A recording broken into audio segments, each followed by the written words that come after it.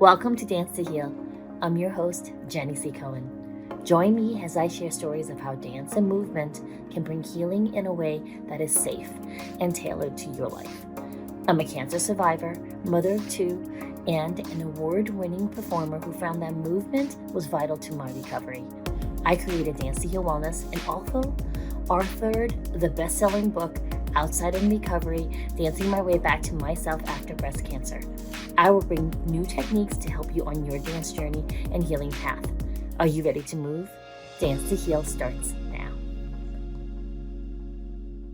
With over 30 years experience, Jillina is known for her global influence as a soloist, creator, and producer of multiple companies such as Jillina's Sakhlala Dancers Company, Belly Dance Evolution, and Jillina's BDX Experience. In addition to the previous role of artistic director and main choreographer for Belly Dance Superstars, Jillina has also performed on Dancing with the Stars and supported over 300 dance studios and teachers with the program #TogetherWeMove in 2020. She continues to find deep reward in sharing the art of belly dance through coaching, teaching, choreography, and productions.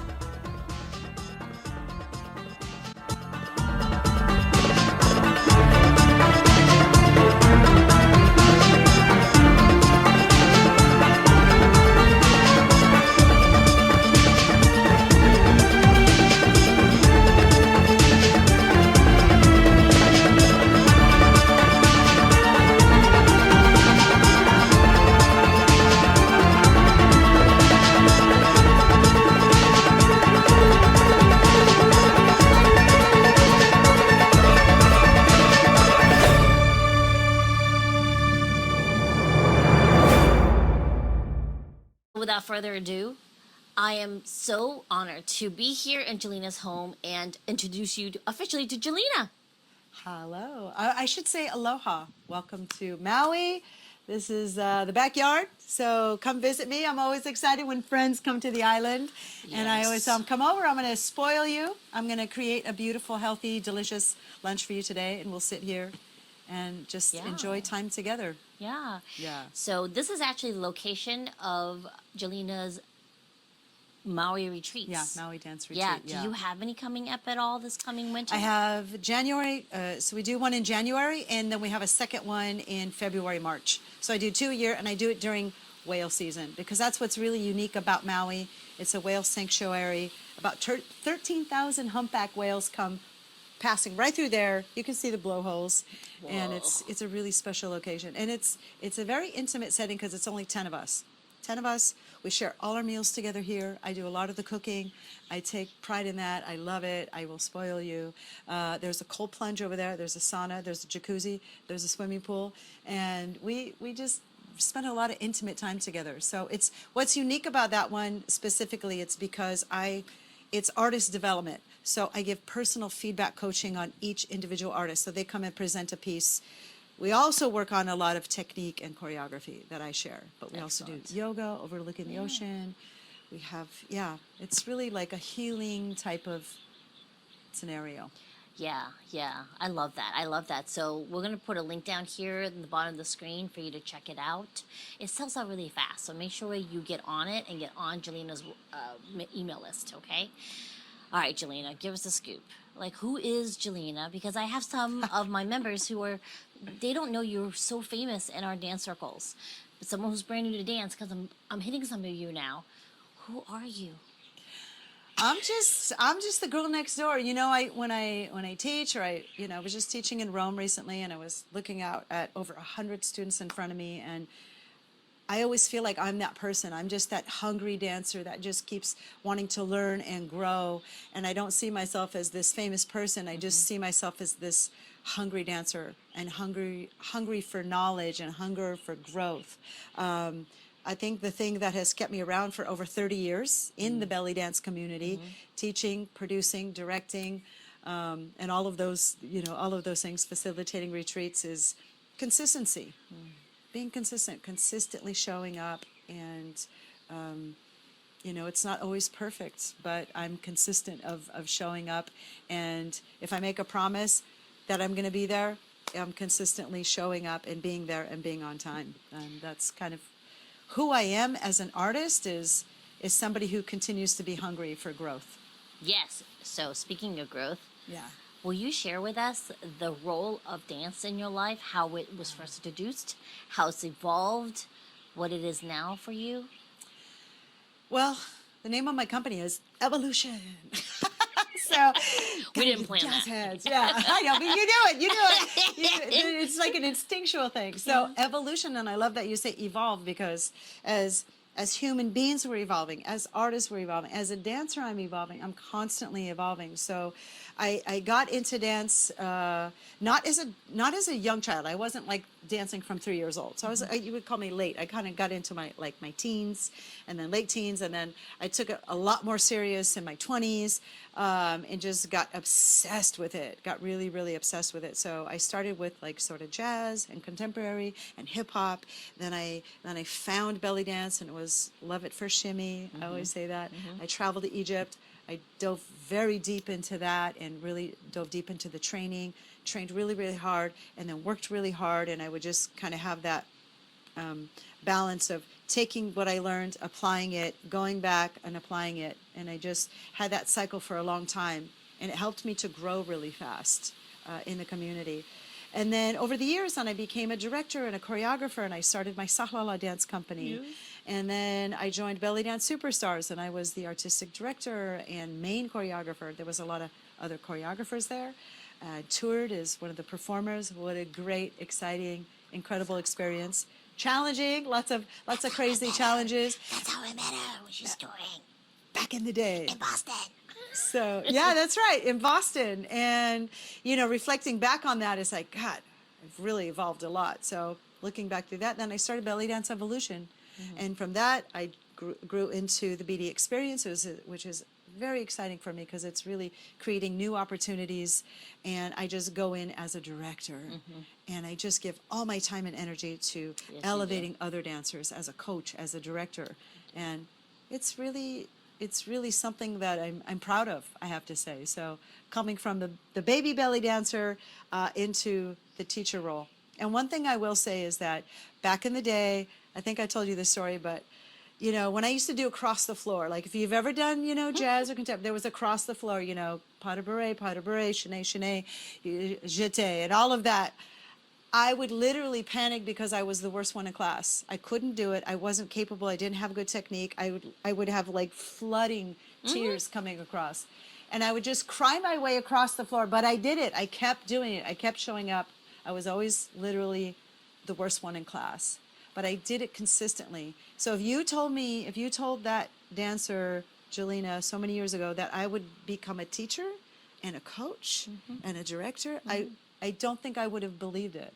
So I think what I want to say about that is follow your dreams, follow your passion. If you have a hunger for something and you have like a passion that you're able to dedicate to a craft, go for it, because I feel like I'm living proof that dreams do come true.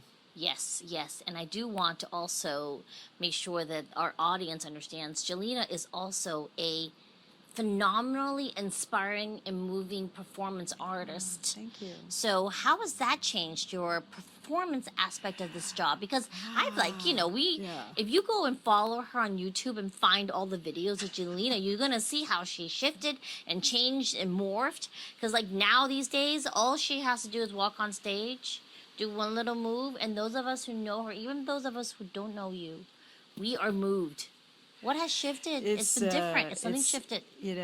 Maturity. Yeah. Maturity, like that emotional connection to the movement. So reflecting back on the baby belly dancer, I didn't have a lot of great technique. I always had a lot of charisma. So I'd get out there and I was very enthusiastic, but I really put the time in and put the work in. So like one of my mentors, Sahara Saida, is, she kind of describes that really well. It's like you can't really get into that state of emotional connection and deep, like, sharing that until you build that really strong technique that you're not in your head thinking about.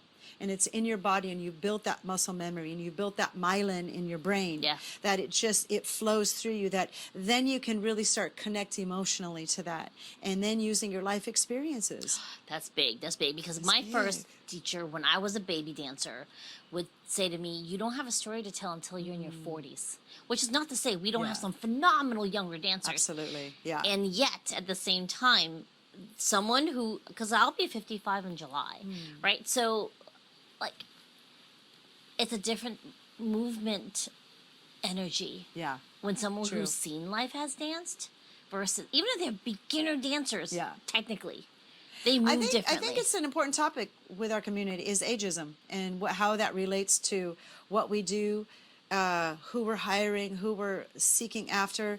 And one thing that's interesting, like, oh my God, the other day, even in the last Belly Dance Evolution production, I had a dancer who was 22 in the cast. I had a dancer that was, I think, 57. So it's a wide range. And I think it's important for us to also, not discredit those younger dancers because they have a story, they have athleticism, they have something unique to bring to the stage, to bring to the art. Of course. And then those older dancers, they have maybe more of that rich depth to Yes. their story, right? So when as a producer, as a director, it's like I have all these different Oh, yeah. parts, and I like to bring someone as like, oh yeah, when we have this like this.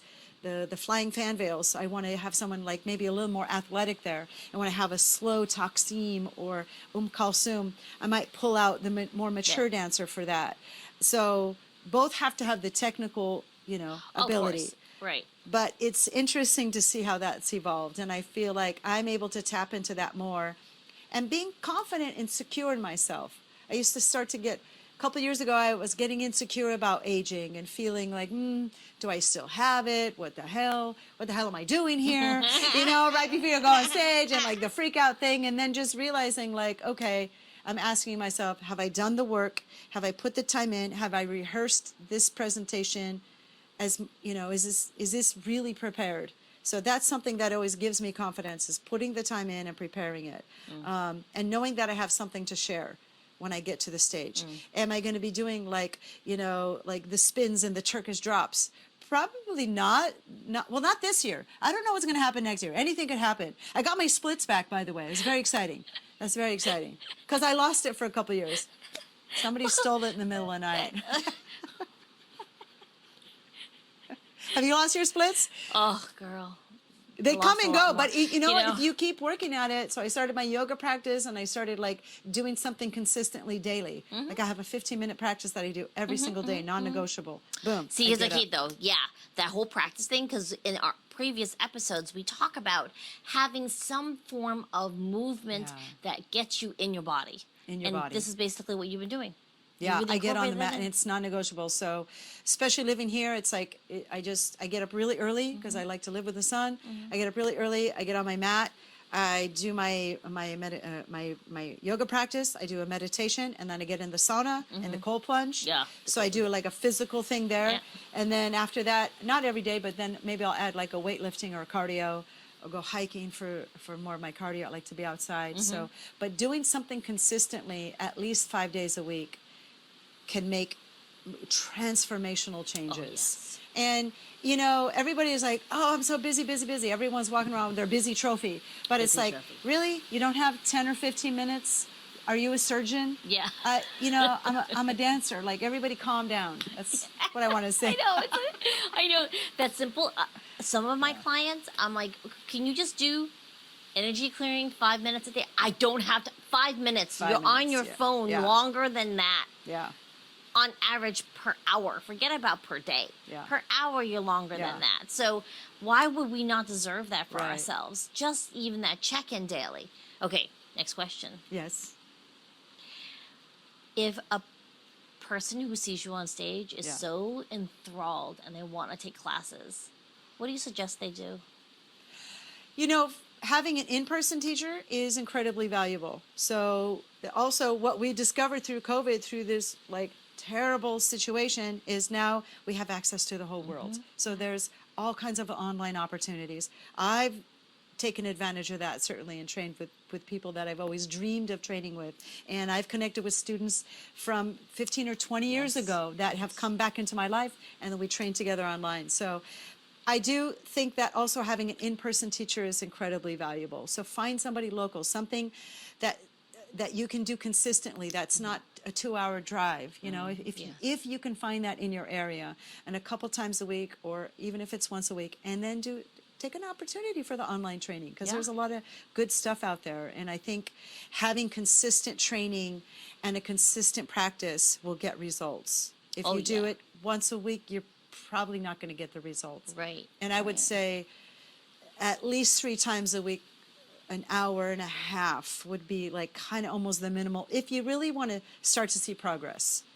Right? So I think it's, every dancer is different. And I'm sure, Jenny, you've heard this 1,000 times. Well, how long until I'm going to be able to learn to dance or learn to do a certain practice? It's like every human is different. Everyone's different. And here's the thing, you know, I brought Jillina on to explain the perspective of someone whose living is dance and dance performance and dance production. And this is one side of this extreme, right? Some of us watching this video, they're like, I don't even want to dance. I'm like, well, you know, move to the sound of birdsong. I don't really care what you do, as long as you're moving, because you pull yourself out of your stress responses and you pull yourself in your present. My thing is the movement and the classes. I love what Jillina, what you're saying. You've got to get into class. That's the community that builds the energy for you. And being and like, I love that you brought in community, because that is what keeps me showing up every time. Do you have an online community they could join if they wanted to? I do. I have a monthly meetup. It's a hip circle community, and I started it over 2 years ago. So once you're a member, you have access to all of the archives. Like, I would be incredibly impressed if somebody could join now and actually take all the classes, because it's a lot of content there. And I dive deep into a specific topic every month. So whether it's folklore or the classics or layering or drum solo or props or ageism or just different topics. Like I want to go like deep in a topic that I you know, sometimes I have guest teachers too. So I bring in people who are specialists at certain things. So I love the monthly meetup. We meet 30 minutes early for circle time, because that's, you know, I love my circle time. And I, you know, scratch your own itch, if you will.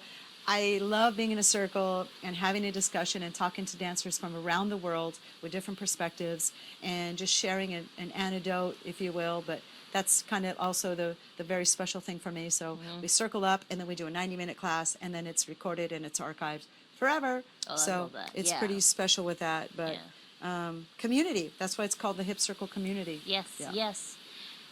Being in this post-panini time, I call it panini. It's just because you know, there's so much heartache wrapped up in that word pandemic and COVID and lockdown. So, and I'm not making fun of it. I just want to pull back. Going into more neurolinguistic programming, we talk about finding a middle ground by pulling back. We chunk up a little bit, and everyone sees it has the panini. I'm sorry, it is true. I love the hip circle. So join us sometime, okay? Because we do need community. And who wouldn't want to be in a hip circle with Jillina? Stop it. Stop it. And of course, I'll meet you at her Malibu retreat, okay? Because, I'm sorry. Maui. Oh, that was your old one. That was a flop-up. That was also oceanfront. We're just on the other side of the ocean. We're looking at Malibu. I know. I've said that many a times. Oops, it's Maui. It's Maui. It's an Maui. upgrade. It's 2.0. I know, it's 2.0 retreats, right? So we're gonna end on one last thing. Yes. What is one? Can I come back to the panini? Yeah. I like that. You know, I think that it was a big shift in our community, and as a dancer, as an artist, is something that I tried to kind of reach for. It was that there was a big change happening, and instead of just like getting into survival mode, it's like, here's an opportunity to transform. It transformed a lot of us. Like, I feel like I've transformed as an instructor. For the entire time, I didn't perform, and all I did was teach, and I dove deep into that, and I thought, this is beautiful, how much I loved it. I didn't realize how much I loved it. So I think with that perspective is when those situations come up, hopefully not another panini, but, how can we use change to transform instead of just survive through it? So I think looking at it as a positive, as a transformational opportunity. It's an opportunity to grow, to learn. Yes. I feel like I grew more in the last couple of years than I have in the last 10 years. Oh, I love that. We're going to end on that. So remember, you've heard me talk about this, and I'm going to reiterate. Change, which is movement, will get you out of your fight or flight response. And remember, the fight or flight is either fight, flight, freeze, or fawn. We're all in one of those when we are triggered, and sometimes we don't know. Yeah. And movement will help you change and get out of those responses. I think you've been saying movement, and I think the word dance scares people. A lot of people who don't dance. Yeah. And that's why I think the word movement is really powerful. And I'm so glad that you're using the word movement because, I always say if I don't know how to dance. When I say the word, I don't know how to dance. Yeah. And I ask them, can you walk? That's it. Yeah. Yeah. Yeah. If you can walk, you are literally dancing. If you're in your body, if Yeah. you're just moving through it. And I think there's too much fear associated with the word dance. So I love that you're using the Thank word you. movement. And I gravitate towards that too when I want to kind of open up that door and get people to move and get in their body. So thank you for sharing that. Yes. My podcast is called Dance to Heal. I love My that. tagline is, "Are you ready to move?" Are you ready to Because move? that's the bottom line, right? Yeah. When we're in some type of stress response, we're not moving. At least not when flight is one of the stress responses, and at the same time, it's not growth. Right. It's moving away from it because we're trying to get out of danger. Right, And we're right. really not in danger anymore, world. Yeah. We're not. We're not. We are fine. We are present here. Yeah. You're here in Maui. Feel the aloha. Feel the aloha. Yeah. Thank you so much. Thank you, Jenny. We'll see you guys next time. Bye. Aloha. Thanks for listening to Dance to Heal with Jenny C. Cohen. Come back next time to hear stories of recovery through movement and learn more ways that you can move your body. To work with me and continue your journey, visit OutsideInRecovery.com. Are you ready to move?